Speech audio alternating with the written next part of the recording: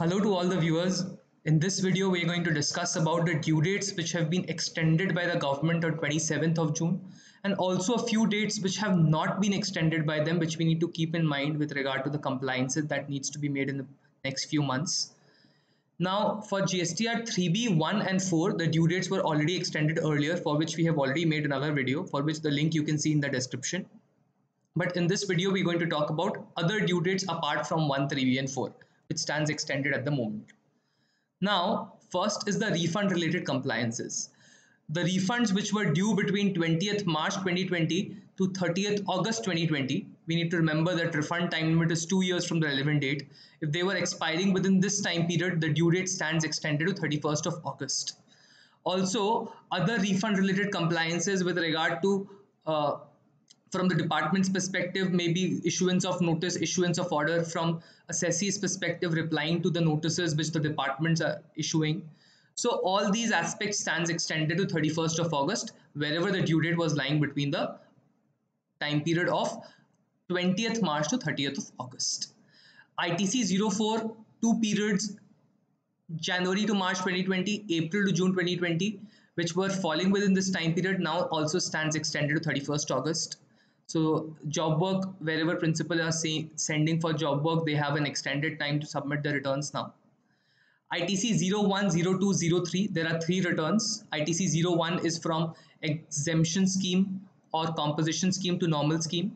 ITC 02 is for transfer from one business to the other, any ITC which we are transferring.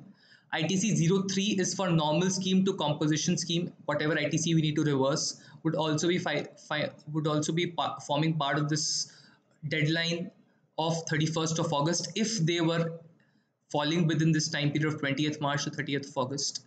Further, GSTR 5, 6, 7, 8, 5 for non-resident taxpayers, 6 for ISD, 7 for TDS, 8 for TCS, all the returns, all the due dates which were falling within this time period or for all the months would also stand extended to 31st of August.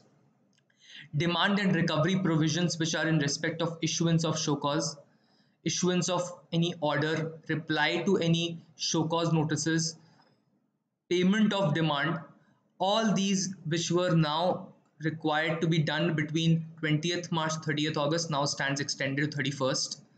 Also, any assessment related provisions with regard to issuance of notice, furnishing of reply, giving of order by the department, any time limit falling within this time period also stands extended.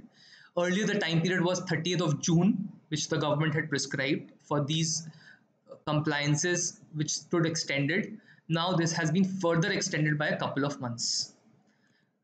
A further time periods which stand extended are regard to departmental audit and special audit related compliances which were being carried out by the department, which were due from their timelines in this particular time period would also be extended.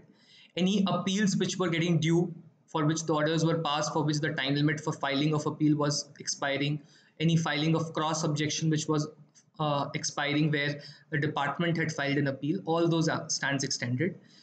Registration, when we talk about registration, amendment, cancellation and revocation of cancellation, these three deadlines wherever were falling, so if any amendment was to be made within this time period because of, let's say, any kind of particulars which change in the registration would also now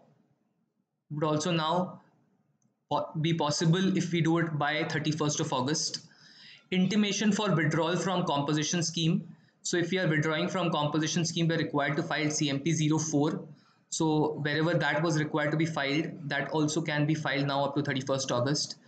Now, when we are talking about search and seizure operations with regard to release of goods, if we had to get it done in a particular time period, order of seizure which the department had to pass, order for release of goods which the department had to pass, all these search and seizure related operations stands extended to 31st August wherever they were falling within this time limit.